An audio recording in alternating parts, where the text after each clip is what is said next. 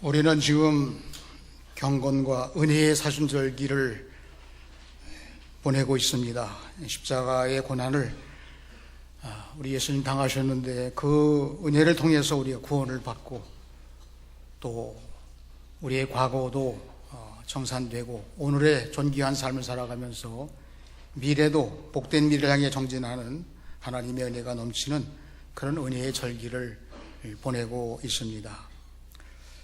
십자가를 만들자고 하는 그런 제안을 하고 지금 만드신 분도 계시고 또 만드는 중에 있는 분도 계시고 또 어떻게 만드나 그런 분도 계시고 하면서 십자가를 많이 묵상하는 그런 시간이 되는 줄로 압니다. 저는 우리 교회의 모든 교우들이 얼마나 많은 십자가를 소장하고 있을까 또 만들더라도 그런 생각을 해봤습니다. 저는 한 15개 정도에서 20개 정도 십자가 이렇게 기념으로 된 것을 크고 작은 것들을 가지고 있는 것을 이렇게 헤아려 봤습니다. 물론 이 십자가는 주님의 십자가에 가까이 나가기 위해서 때로는 그것을 통해서 묵상도 하고 또 그것을 통해서 자신의 고백을 또 그 앞에서 해보기도 하고 주님은 이 십자가에서 나를 통해서 뭐라고 말씀하고 계실까 그렇게 듣고 싶은 마음으로 사모하는 마음도 갖게 됩니다. 십자가 앞에서 우리의 많은 신앙의 고백이 필요합니다만 무엇보다도 기도하는 시간이 필요합니다.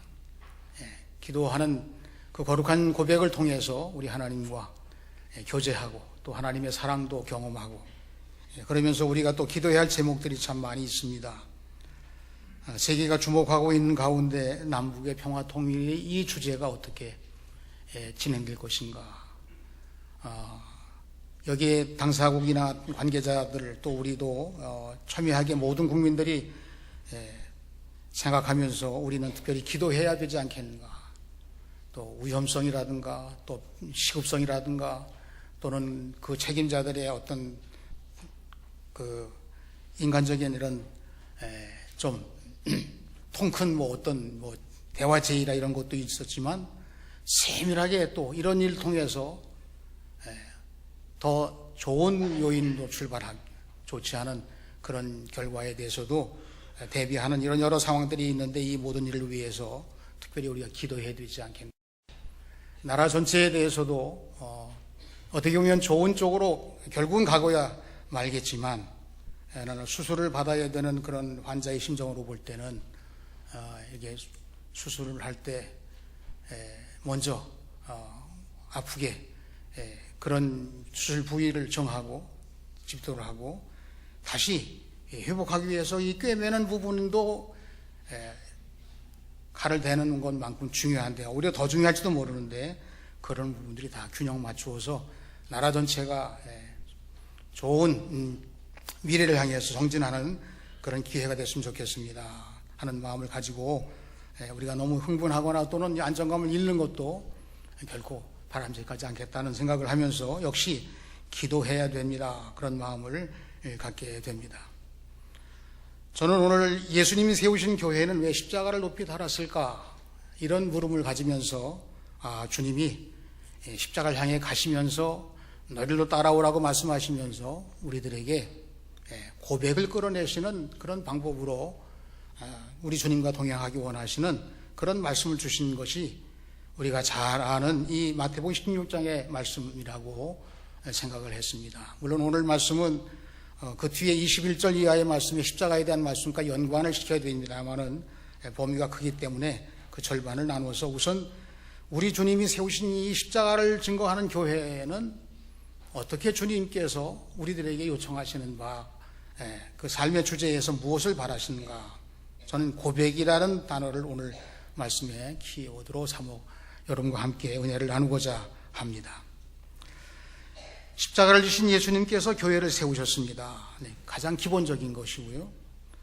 또한 갈대와 같은 흔들리는 우리들을 반석 같은 믿음으로 고백하게 하셔서 그 반석 위에 교회를 세우셨습니다. 그래서 교회는 흔들림이 없습니다. 동시에 여러분들도 흔들림이 없는 믿음의 생활을 하시는 분들이 있습니다.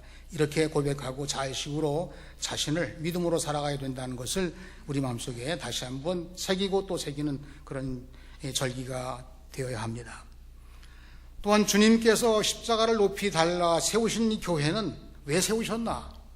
오늘 말씀의 흐름에서 베드로가 책망드는 과정에서 하나님의 일을 하시려고 세우셨습니다. 주님이 세우셨습니다. 우리의 흔들리지 않는 믿음으로 고백하게 하시고 그 위에 세우셨습니다. 하나님의 일을 하려고 세우셨습니다. 세상에 존재하는 모든 것들은 다 가치가 있고 또 목표가 있고 또는 그 열매가 있습니다. 교회는 이 세상의 그 어느 것보다도 정말 귀한 열매를 맺는 주님의 모임입니다. 주님의 공동체이고 하나님의 일을 하기 위해서 영원하신 하나님과 함께 동행하는 거룩한 주님의 제자들의 모형으로 살아가는 사람들이 바로 그리스도인들이고 우리 신풍교회 교인들이시고 저 자신입니다라고 고백하는 그런 마음으로 오늘 말씀을 함께 상고합니다. 역사학자인 영국의 아놀드 토인비라고 하는 사람은 그에 줘서 역사의 연구에서 지금까지 이 지상 위에 있는 많은 문명들이 있는데 대체적으로 21개 정도의 문명, 우리 나라의 영향을 받은 문명은 중국의 황하 문명, 크고 작은 문명들 21개가 이 지구촌에 영향을 줬는데 그 가운데 19개의 문명은 역사 속에서 소멸되었습니다. 이렇게 이야기를 해요. 21개의 문명이 나라가 세워지고 또 여러 가지 문화가 생기고 그리고 통합이 되고 어느 철학이 생기고 이런 모든 것들을 통해서 19개의 문명은 소멸되었습니다. 이 19개의 문명은 왜 소멸되었나? 그 원인을 찾아보니까 첫째는 두 가지가 있는데 무신론이 주장한 문명은 소멸되었습니다. 또 하나는 물질주의의 문명은 소멸되었습니다. 이렇게 특징을 찾아냈습니다. 무신론, 신이 없다고 하는 이 문명이 왜 망하게 됐나? 인간이 주도하기 때문에 무너졌습니다. 이렇게 이야기를 해요. 물질주의는 왜 망하게 되었나? 소멸되었나? 영보다 물질을 우위에 놓는 것인데 인간이 타락하고 퇴폐하는 결과를 초래했습니다. 이 영이라고 하는 게 하나님이 우리에게 영으로 창조하시고 영은 하나님과 소통하면서 영의 가치, 하나님 나라의 가치를 가지고 살아가면 이 세상을 새롭게 하고 어두운 것을 밝게 하는 그런 역사를 하는 것인데 그 위치가 서로 바뀌게 되니까 영의 가치는 소멸되고 물질의 가치를 앞세운 인간의 욕심이 결국은 퇴폐와 타락으로 그 문명이 쇠락하다가 소멸되게 되었습니다. 그런데 오랜 역사의 기간 동안 눈부시게 문명으로 발전된 것은 세 가지 요소를 담고 있다고 그래요. 그 문명은 신앙의 세계가 지배했습니다. 그 문명은 영적인 가치가 높은 세계였습니다. 그래서 모든 문화나 예술이나 이런 것들이 다 영의 가치를 가지고 발전되고 그리고 그 가치관이 인간의 생각이나 정신세계를 이끄는 그런 가치를 부여한 효과를 통해서 그 문명과 문명의 세계는 꾸준히 발전하고 어둠의 세계를 대신해서 모든 인류 사회를 복되게 하는 기독교에 대한 그런 칭찬도 아울러서 이 역사 속에 하나님이 섭리하신 일입니다. 이렇게 결론을 맺었습니다. 여러분, 믿음 생활은 우리가 그 믿음 생활을 통해서 행하는 것은 신비합니다. 물론 지식도 있고 우리에게 지혜도 있어야 되고 세상적인 것들이 다 뒷받침되어야 되는 것이지만은 그보다 더 중요한 건 그 속에 하나님의 영을 경험하는 신비한 사건, 그것을 우리는 은혜라고 말합니다. 믿음과 영적인 삶, 이 마음을 주도하고 우리의 삶을 주도하고 우리의 미래를 영향을 미치는 좋은 그런 비전과 꿈을 실어주게 될 때 우리 그리스도인들은 열매를 맺는 삶으로 이 세상에 기여하는 진정한 하나님의 자녀들이 되는 것입니다. 오늘 함께 보신 마태복음 16장의 말씀은 우리가 잘 아는 말씀이죠. 자주 듣는 말씀이기도 합니다. 또 많은 은혜를 받은 말씀이기도 하고요. 동시에 중요합니다. 저는 오늘 이 말씀을 여러분들에게 함께 나누면서 다 알고 있는 말씀 속에 조금 더 강조된 말씀이 무엇인지, 조금 더 새롭게 느껴져야 될 말씀이 무엇인지, 그리고 이 말씀을 통해서 이 사순절기에 주님의 교회가 앞으로 부활하신 주님을 증거하는 이 땅 위에 하나님 나라 확장을 위해 기여할 때 오늘 이 말씀으로부터 출발합니다. 이런 의도를 같이 느끼시면서 오늘 말씀을 나누는 그 상고하는 시간이 되시기를 바라겠습니다. 우리가 어떤 중요한 일이라든가 또 어떤 사명을 위해서 결단한 시간이라든가 또 그 일이 소중하기 때문에 이 일을 모든 사람이 공동적으로 함께 나가기 위해서 어떤 의식이라든가 서약식 같은 것을 갖게 됩니다. 그래서 결혼식이라든가 결혼식이 요즘에 조금 이렇게 좀 순서가 이렇게 자유스러워져서 그게 젊은이들에게는 호감을 가지만 인류들이 가져온 그 가치와 전통 속에서는 조금 새롭게 좀 재정비해야 될 필요가 있다고 하는 것을 저는 느끼고 있습니다. 안수식, 우리 장로 안수식, 목사 안수식, 결혼식. 그러면 이 많은 순서를 통해서 가장 중요한 순간은 고백하는 것입니다. 선언하는 것입니다. 그리고 서약하는 것입니다. 이 예수님께서 가이사라 빌립보에서 제자들을 잠시 가던 길을 멈추고 그곳에서 문답식으로 고백을 끌어내시는 거예요.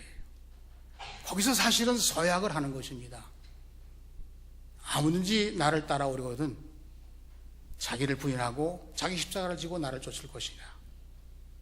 예수님이 앞으로 져야 할 십자가를 앞에 두시고 그 길을 가시면서 주님과 함께 가기 위해서 주님이 가야 할 길을 같이 힘을 모아 가기 위해서 주님 이후에 그 십자가의 길을 통해서 부활과 영생의 이 놀라운 신비의 길을 가는 그 길의 첫 단추가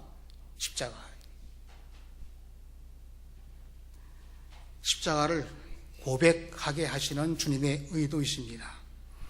그 주님을 고백하는 십자가를 지실 주님을 고백하기를 주는 그리스도시를 살아계신 하나님의 아들이십니다. 그 속에 십자가가 들어있는 거예요.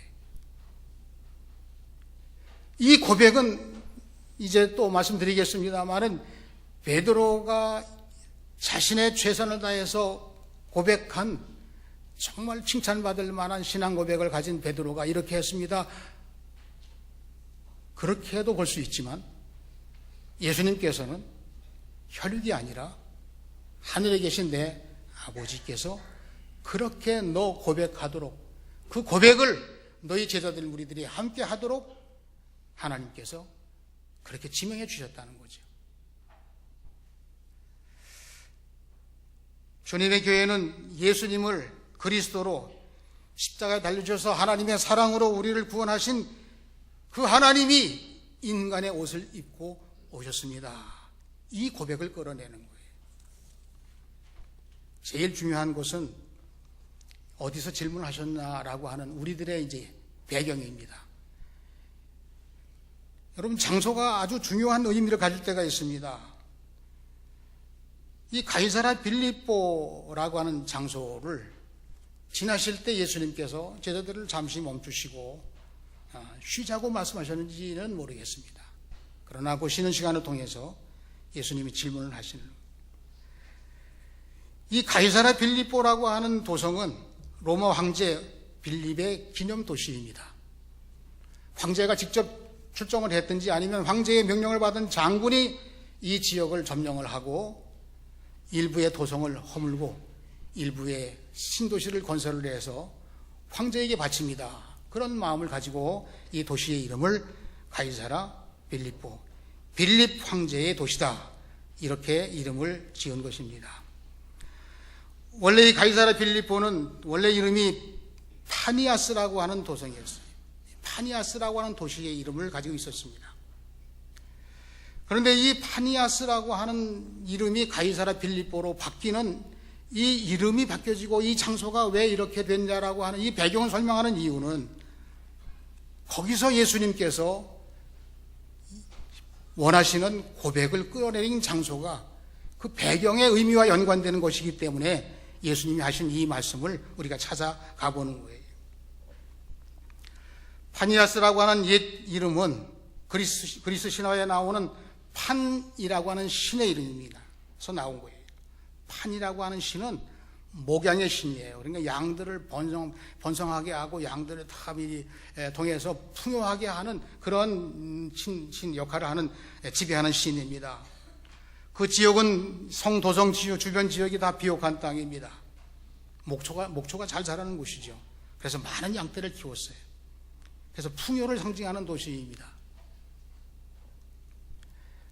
이 빌립 황제의 권위를 드러내는 도시이며 동시에 인간이 그토록 욕심을 내는 이 풍요가 이루어지는 도시라고 하는 이 두 개의 거대한 개념을 가진 가이사랴 빌립보에 하나님 아들로 오신 예수 그리스도께서 12명의 제자를 들이시고 하나님 나라에 대한 첫 시작을 선포해야 할 터인데, 그 무대가 어떤 무대예요? 반복해서 그 이야기를 제가 한두 번 더 드릴 겁니다. 빌립 황제의 최고 권력을 상징하는 이 엄청난 이 빌립보 도성에서 풍요의 판신이 대리석의 웅장한 신전에 거기 앉아서 이 풍요를 지배하는 그런, 거기서 예수님이 제자들에게 고백을 끌어내시고 서약을 하자고 하시고 이제 새 출발하자고 하시는 그런 고백이 일어났던 장소라는 거예요.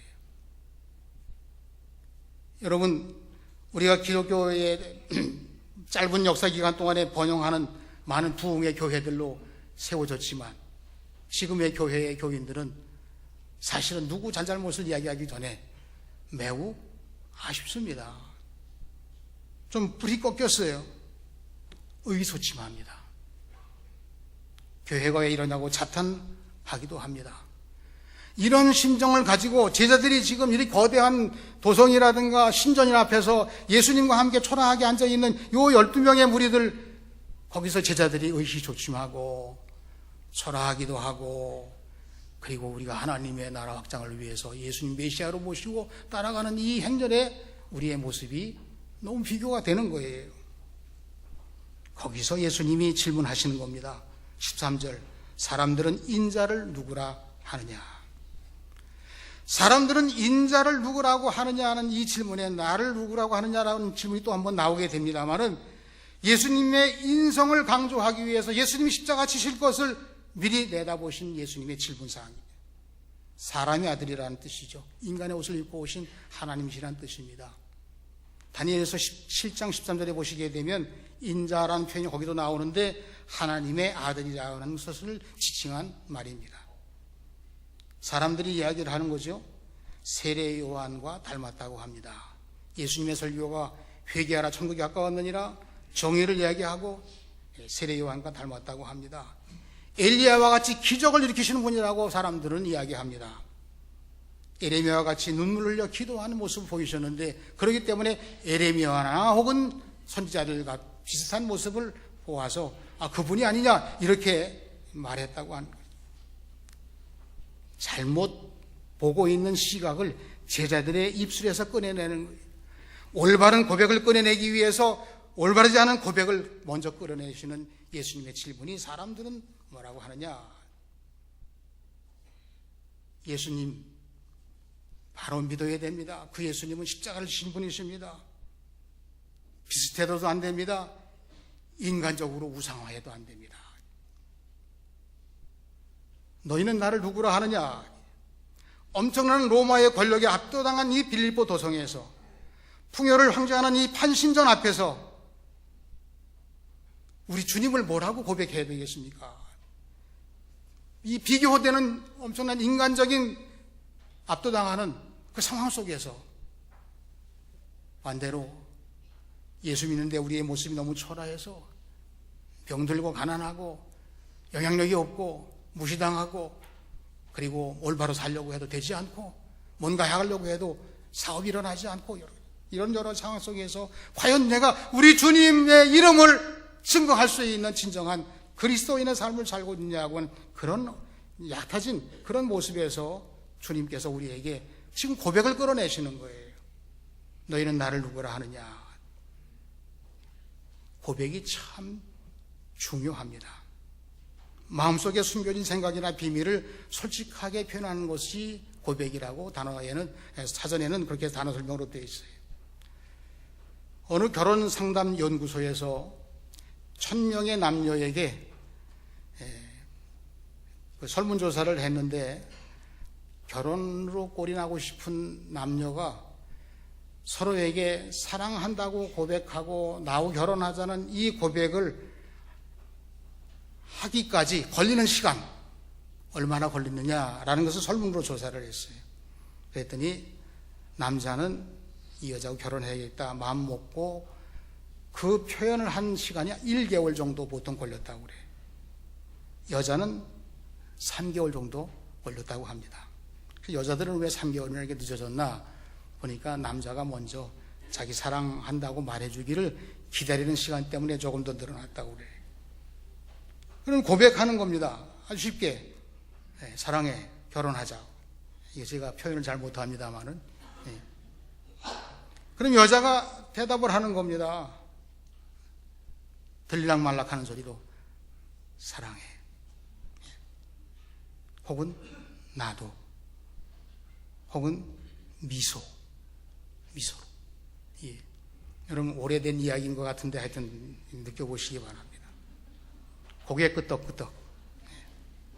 그리고 어떤 여성은 너무 감격스러워가지고 남자의 눈을 떨어지게 쳐다보는, 한동안 그렇게 보기도 하고, 이 고백이 받아들여지게 되면 결혼을 향해서 적극적으로 나가게 되는 것이고, 이 고백이 받아들이지 않겠는 그 순간부터 서로 갈라서기를 출발하는 시간이 되는 거예요. 고백이 중요하다는 말씀을 드리기 위해서 제가 예를 들었습니다. 전통적으로 교회는 언제나 예배의 고백이 있습니다. 우리는 오늘도 고백을 했지요. 사도신정으로 고백했습니다.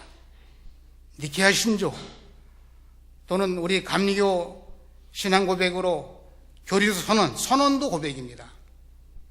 그래서 교회가 공적으로 고백을 해서 이단이라든가 세상 풍조에 방어를 하고 하나님의 일만 전념하기 위해서 고백하는 거예요.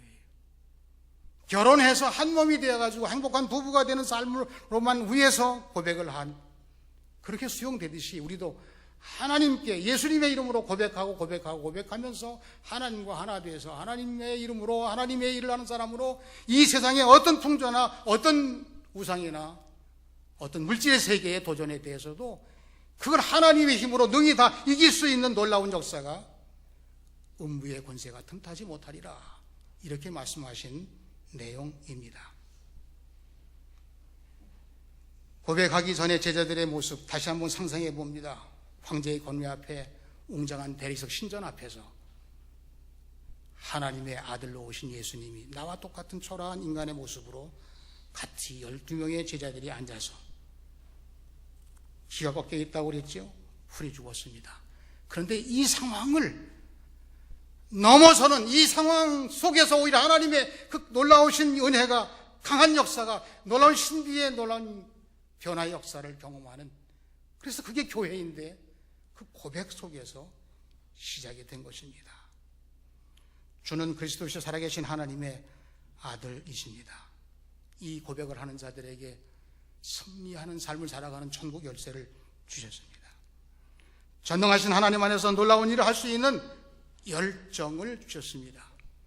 열정을 함께 나누는 혼인한 부부들은 세상에 약한 것 상황 여의치 않고 그 안에서 뜨거운 마음을 가지고 부부로서 자녀들 그리고 삶을 영위하는 그런 일들이 되듯이, 오늘의 교회는 바로 주님을 고백하는 모든 성도들이 그 고백을 통해서 주님과 하나 돼서 주의 몸을 이룬 교회가 이 땅의 어떤 상황 속에서도 능히 하나님의 놀라우신 섭리와 은혜와 능력과 사명으로 이 세상을 변화시켜 나가는 역사를 이루는 새 출발, 첫 출발, 놀라운 출발이 바로 교회로부터, 주님이 세우신 교회로부터, 그 십자가의 교회로부터 출발하게 되는 것입니다.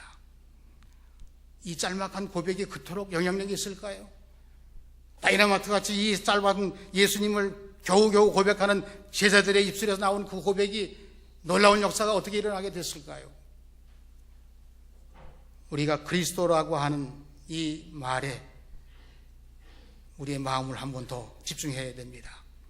그리스도라고 하는 말은 헬라어입니다. 메시아라고 하는 같은 말의 히브리어입니다. 기름 부음을 받은 자, 구세주라는 뜻이죠. 구원자라는 뜻입니다. 그런데 구약에서 기름 부음 받은 자라고 하는 말은 하나님과 인간의 중보자로 제사장을 세울 때 기름 부음을 받고, 그 기름 부음 받은 제사장이 기름 부음으로 하나님 말씀을 전하는 자를 안수하고, 그 기름 부음으로 백성들을 통치하는 왕을 세우는데도 기름 부음으로, 하나님이 기름 부음 받은 자로 그리스도를 보내시고, 그 그리스도의 기름 부음 받은 자들이 영적인 권세를 가지고 이 세상을 구원하는 역사를 일으키는 놀라운 일들이 예수님만 그리스도가 아니라 우리는 그리스도인이 되므로 그리스도께서 행하실 일, 그리스도께서 쓰시는 일, 그리스도께서 열매 맺는 그 일을 행할 수 있는 자로 세우셨다는 거예요.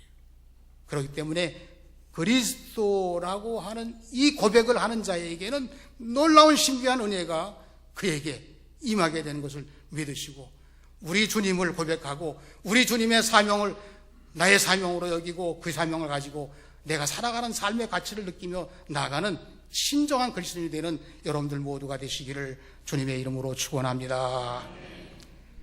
그리스도라고 하는 말의 놀라운 의미 또 하나, 하나님의 아들이라는 고백입니다. 예수님께서 오시기 전까지는 하나님의 뜻을 전하는 이 구원의 사명을 선지자들이 대행을 했어요. 임시로 메시아 역할을 했습니다.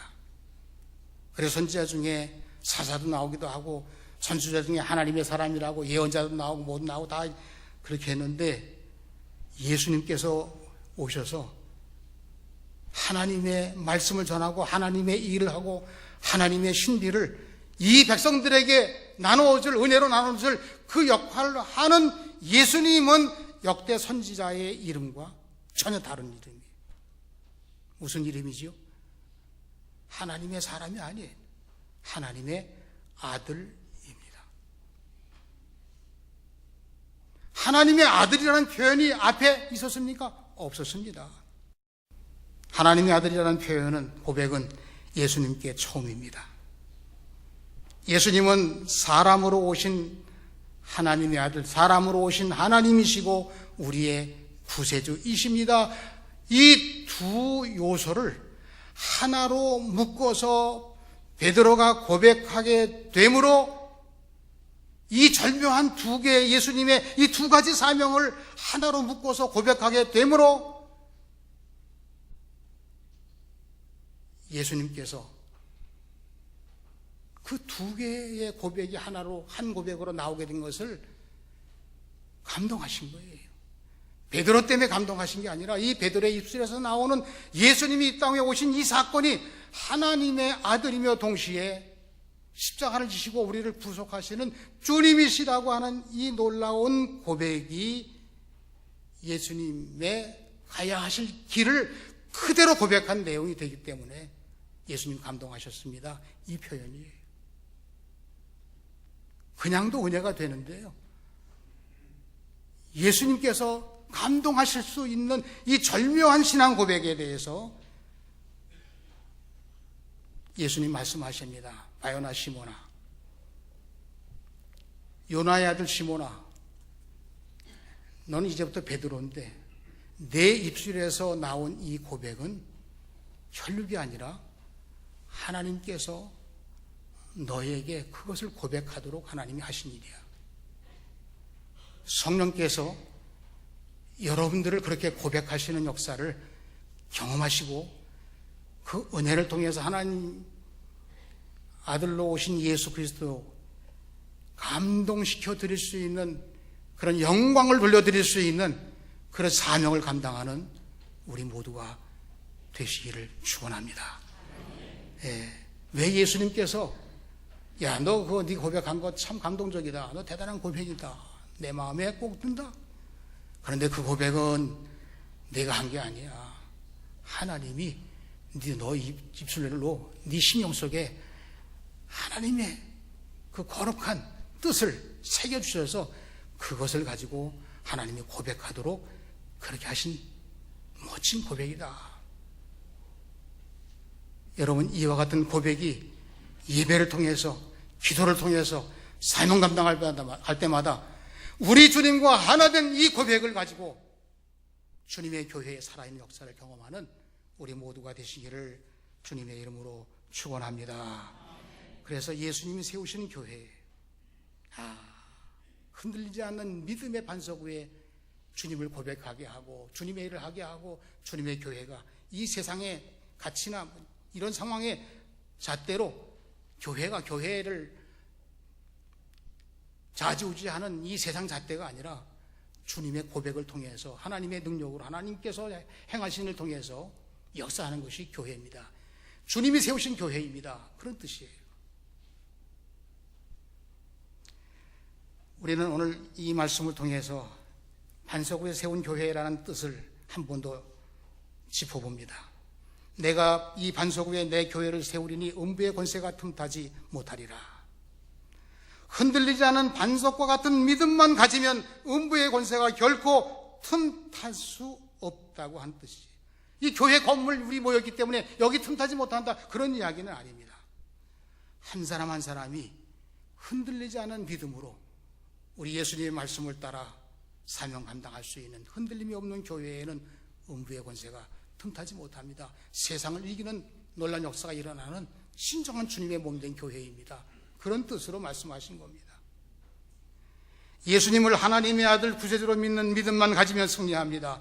예수님이 하나님의 아들이시고 예수님이 하나님이시고 그 예수님이 직접 여러분들을 구원하신 이 놀라운 사건의 증표를 십자가로 드러내신 이 사건이, 우리는 그 깊은 의미를 묵상하는 시간들을 이 사순절기로 보내고 있는 것입니다. 여러분, 세상 권력과 물질 만능에 흔들리는 그런 기독교인의 삶으로 시몬과 같은 삶을 살아갑니까? 그것은 안 됩니다. 예수님께서 그를 바꾸고 고백을 끌어내시고 너는 이제부터 베드로라.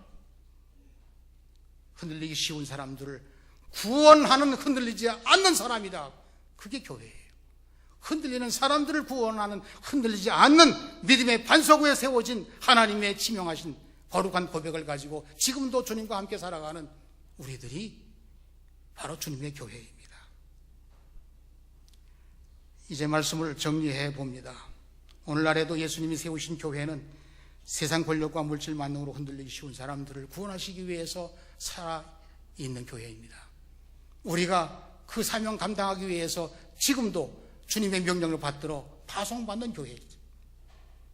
고백하는 사람들로 교회를 세우시고 고백하는 사람들로 하나님의 일을 하게 하시고 고백하는 일로 이 민족을 치유하고 이 세상의 사람들의 가치관을 온전한 헛된 것으로 나가지 않게 하고 지금 우리가 살아가는 이 순간에 헛된 것들을 지나버릴 수 있고 그 유혹에 결코 넘어가지 아니하고 오직 주님만 바라보고 나갈 수 있는 진정한 그리스도인의 삶을 살아가는 믿음의 사람으로 나아갈 수 있도록 주님의 십자가,